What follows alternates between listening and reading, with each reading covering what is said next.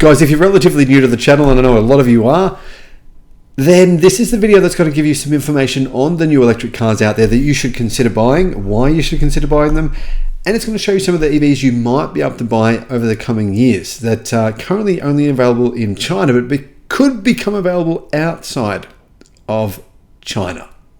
Here are the top 10 best EVs in the world in 2024. Hello my friends, welcome to the channel. I'm Sam Evans, you're watching the Electric Viking.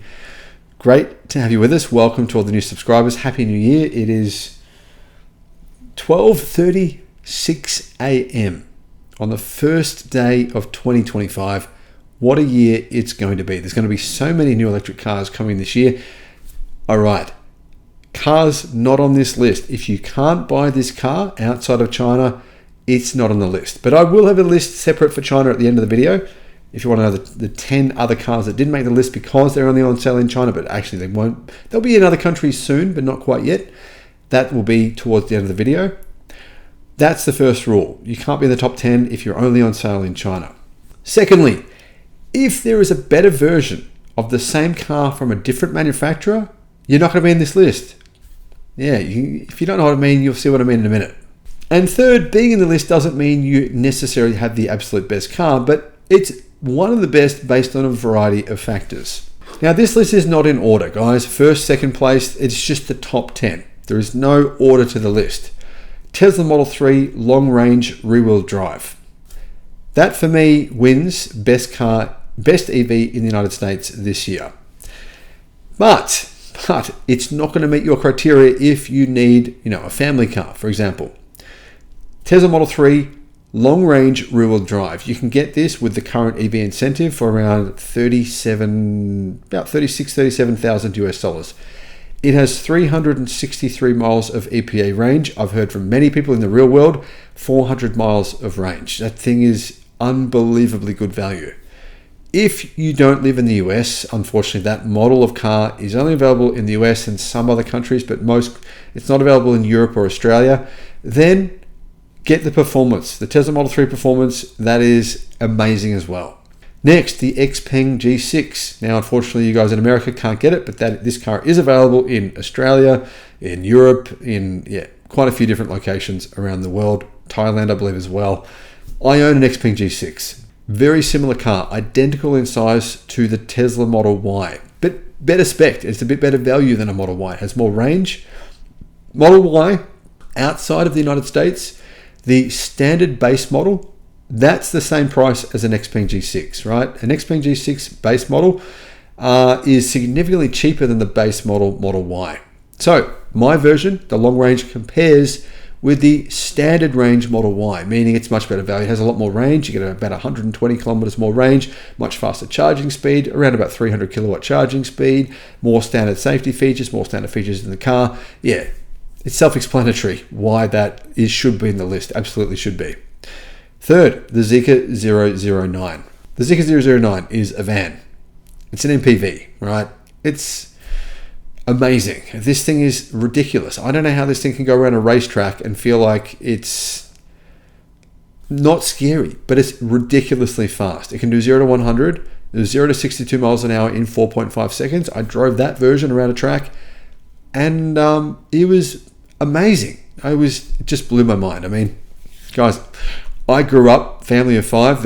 I had 3 sisters. Well, I have 3 sisters. I have 1 brother, 5 kids, and we had these Toyota Tarago. We had a Volkswagen Combi, and being in a Zeekr 009 is like a different planet. It's like first class. It's a very luxurious car. Yeah, they're not cheap, but it's okay. There's some luxury cars that you're paying a lot of money for. The BMW i7, Genesis, they're new luxury cars. They're EVs. These cars are expensive, but I don't really see the payoff. The Zeekr 09, you're getting the payoff. Next, the Hyundai Ioniq 5. The Ioniq 5 was updated in 2024. It has more range. It has a bigger battery, or it has more energy dense battery, so it's got more range. It's very good value. I don't understand why, and it's happening very often in many countries. People are buying the Toyota BZ4X instead of a Hyundai Ioniq 5. I've heard of this happening. Why? I don't know. Next, the Chevy Equinox. Guys, Chevy Equinox EV. this absolutely should be in this list. Top 10 has to be in the list. It's excellent value. You can get them for 35,000 US dollars. I believe they do qualify or will qualify for EV incentives, but Trump's going to get rid of that, so you might want to hurry up. Very good value. Very good range. It's getting about 350 miles of range for the base model. That's excellent value. You're getting a big battery pack for that price. It is one of the best value cars, one of the best value EVs ever in America. So I would put that only just behind the Tesla Model 3 long range. And the Model 3 long range, it's got the supercharging network, it's got Tesla's software integration, it just really works. That's the real reason why I put that at the top. But the Chevy Equinox, not far behind, great value. Zeekr X is next. Now, I was going to say the Zeekr 001 FR. You can't buy those outside of China, unfortunately. That's basically Zeekr's, the 001, it's like a wagon. It's kind of like a station wagon. It doesn't look like one though. It looks really sexy. And that's their plaid version. It's got 1,300 horsepower to 0 to 100 in 2 seconds. I drove that around a racetrack. That is unbelievable. Comes with carbon ceramic brakes. That's my dream car. But yeah, you can't get those outside of China, so it doesn't make the list. With the Zeekr X, you can get those. You can get them in Europe, you can get them in Australia, you can get them in China, you can get them in many places around the world. Guys, I've seen lots of people say that their electric car of the year for 2024 was the Volvo EX30. That is ridiculous. That is ridiculous because it's not a bad car. The EX30 is fine. It's actually a pretty good car. But it's mental to say it's better than the Zeekr X when the Zeekr X is exactly the same car, built on exactly the same production line, but it's a little bit bigger, as in the rear seats you've actually got room for adults, and it's cheaper. I mean, what? Why are these car journalists not paying attention to the fact that there's an alternative from the same parent company, made in the same factory with a higher standard of specifications that costs less and is a bit bigger? Anyhow, you can see here the Zeekr X, it's a no-brainer. It got in the list. Now, guys, what you heard beeping right then, I've got this thing on my foot. It's a laser. It's a red laser. It's shooting red lasers into my foot to try and heal my surgically repaired three breaks in my foot. Well, let's see if it works. Next is the Xpeng X9. Now, technically, you can't really buy this outside of China yet, but as you will be able to within a few months, I was generous and I added it to the list just because I love this car so much. X9, the Xpeng X9 is coming to many markets outside of Australia. I've received confirmation of that. It's a fact. And the X9 is a rival to the Zeekr 009. It's 5.3 meters long. It's bigger than a Kia Carnival. It's incredibly good value. We're talking about 55,000 US dollars. It's the best value MPV you can buy. It's not the most luxurious, but it's very luxurious, extremely. Not far off the Zeekr 009, but it's extremely affordable. And I've heard whispers that in Australia it's going to be priced for around $91,000, potentially, around, maybe, possibly. I can't confirm that. Guys, for that price, it's one of the best value vehicles in history. I mean, this thing is unbelievable. The seats, they're like first class seats. Seriously, they are first class seats. The way that the rear seats, as in the fifth and sixth seat in the very, very back, the third row, the way that they fold into the floor of the car, I've never seen that. It's just unbelievable. It's like revolutionary. The tech in this car is insane. Charging speeds, ridiculous. 300 kilowatt charging speeds. Battery technology, range. It's, amazing vehicle. Next is the BYD Seal. The BYD Seal is not a revolutionary car. If you own one, it's good. But you've got to, be honest, it's not a revolutionary car. It doesn't have the fastest charging speeds, doesn't have the most power, but it's excellent value for money. And that's why it's in the list. You can get the base model of the Seal for cheaper than a Tesla Model 3, about 10% cheaper. Now the question is then, do you think it's going to be a better car for 10% less money than a Model 3? Well, beauty is in the eye of the beholder, and some people like the look of the BYD Seal. It's great value. The performance version is obviously cheaper than Tesla's performance version. The base model is cheaper than Tesla's base model.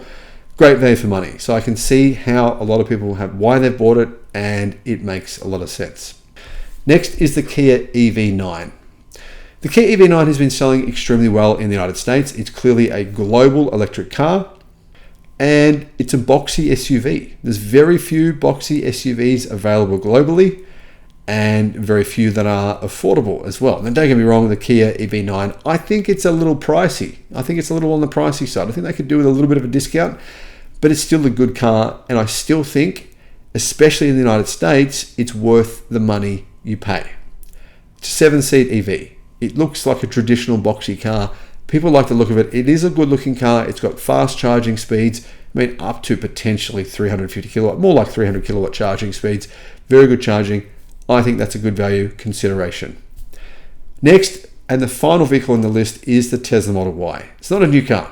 It's been out for ages, and there's some slight adjustments made to it for 2024.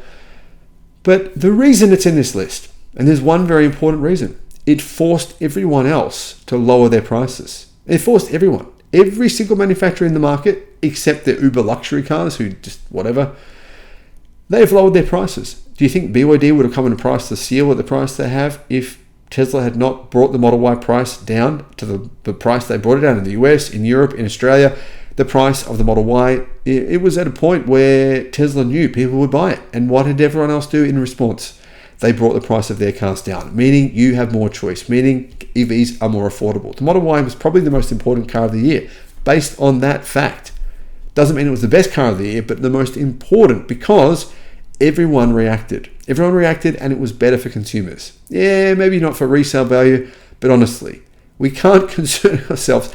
That's not the number one consideration, resale value. Our number one consideration is moving the world to electric cars, making the air cleaner, enabling you to be able to charge your car with your solar at home and not burn fossil fuels. That's our number one consideration. So the more affordable the EVs are, the more that we bring the prices down, the more that this Chinese bloodbath plays out, the better it is for consumers, the more people that will buy EVs. And that is what the Tesla Model Y is making happen. Whether you like Tesla or not, whether you like Musk or not, that is a fact. Now, some other winners from China. Here's the China list. Now, of course, this list doesn't include the other Chinese EVs that I've already mentioned in the top 10 list, because that would make sense. So here are the next top 10 from China. Now, you can't buy these vehicles yet outside of China. You may be able to at some point in the future, but not yet. First, the Mini Hongwan EV. That's actually called the Wuling Hongwan Mini EV. General Motors own 33% of that company, along with SAIC and Wuling. And they make the cheapest decent EV in the world. It's around $5,000 US. And for that price, it's unbelievable. I mean, people pay, I know, and I have personally paid more than that for a bicycle without a motor. I've paid more than that for an electric bicycle as well, but wow, it's so good for the money. Next, the Geely Panda Mini. Very similar car to the Wuling Hongwan Mini EV, but it's a bit more upmarket, a bit nicer, looks a bit better. The Geely Panda Mini is just a little bit more expensive, but it's a great car as well. And keep in mind, these cars are so important because people in China, I mean, even though extreme poverty has been eradicated, there's still a lot of people living, pretty close to the poverty line that don't have a lot of money. These are the kind of cars that enable them to get a vehicle, to be able to, make themselves have autonomy, to be able to get around. So I think these cars are extremely important. And they're also, by the way, some of them are being sold in Indonesia. Hopefully places like Africa will come soon. Zeekr 001. The Zeekr 001 is certainly not a new car, but it has been upgraded. I believe twice it was updated in 2024. It's a phenomenal vehicle right now, and all the upgrades make it even better value than what it already was. Just a brilliant car. Next, the Xiaomi SU7. The SU7 has taken the Chinese car market by storm. They've sold 130,000 in China already. Rivian, Lucid, they should have a look at what Xiaomi are doing, because rather than blabbing on, the CEOs of those companies blab on a lot, particularly Lucid, blabbing on, Xiaomi just went, first EV, bang, here it is. We can build these in 59 seconds, I can build each one of them. Price, very, very good. It's in your affordability range, unlike Lucid's vehicles. but it's a similar vehicle in a lot of ways to a Lucid Air. Brilliant value for money. Now, next was the Xpeng P7 Plus. The P7 Plus, I think I personally prefer over a Xiaomi SU7. Out of those two cars, I would get the P7 Plus every day of the week. And I believe that Xpeng got about 50,000 pre-orders for that car. It's around 5.2 meters long.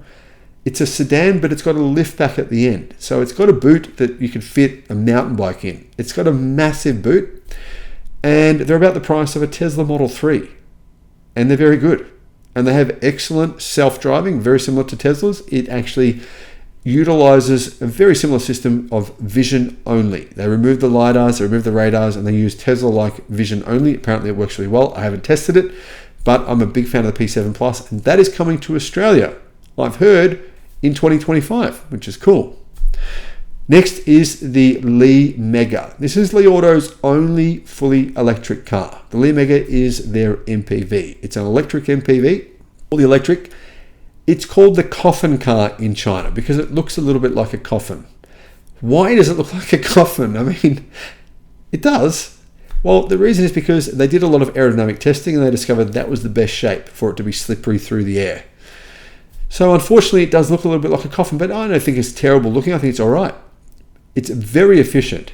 It might be the most efficient car ever, but based on the size of this car, based on the practicality. So it's extremely efficient. But Li Auto, unfortunately, they have no plans, as far as I know, to go outside of China. They've probably talked about it, but no real plans. I haven't heard any real plans of any distributors outside of China.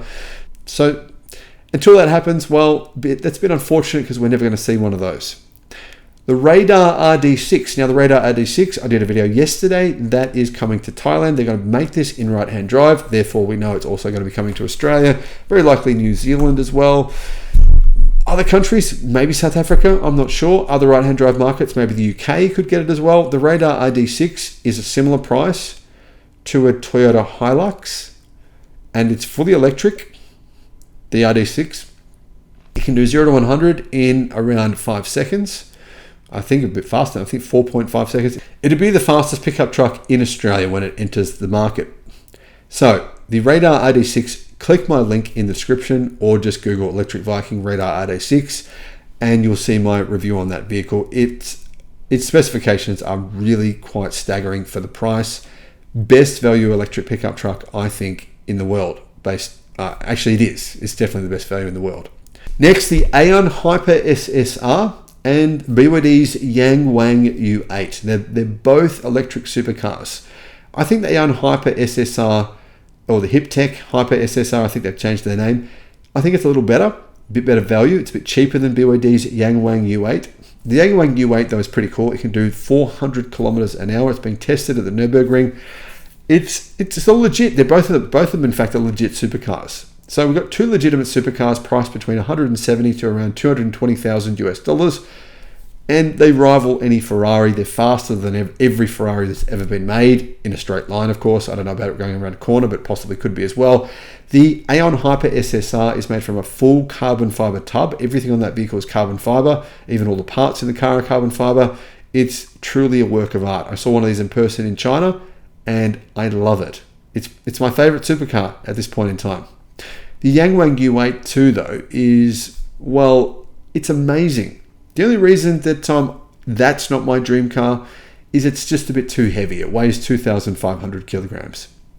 The Geely EX5. I drove the Geely EX5 in China. It's amazing value, very, very good value for the car that it is. It's exceptionally lightweight. It only weighs around 1,650 kilos for the smaller battery, and I think it's about 1,700 kilos for the bigger battery, meaning it's not heavier than an internal combustion car at all. In fact, it's actually lighter than some cars that are internal combustion that are similar size. It's 4,650 millimeters long, so it's a little bit smaller than a Tesla Model Y, but a fair bit bigger than a BYD Atto 3. But it's going to be priced, I've heard in Australia, similar price to the Atto 3, BYD Atto 3. So that'll be a really good car to look out for when that comes to Australia and to other car markets around the world. It's coming soon. In China, it's gone on sale only within the last few months, but I believe they've sold, from what I remember, around 50 or 60,000, a very large number within only a few months. Actually, sorry, Just look that up. It's actually 80,000. Finally, we have the XPeng Mona M03. I think the XPeng Mona M03 is the best value for money car you can buy in China, which is really saying something considering there's hundreds of models in China. It starts at $16,800 US. It's a similar size to a Tesla Model 3.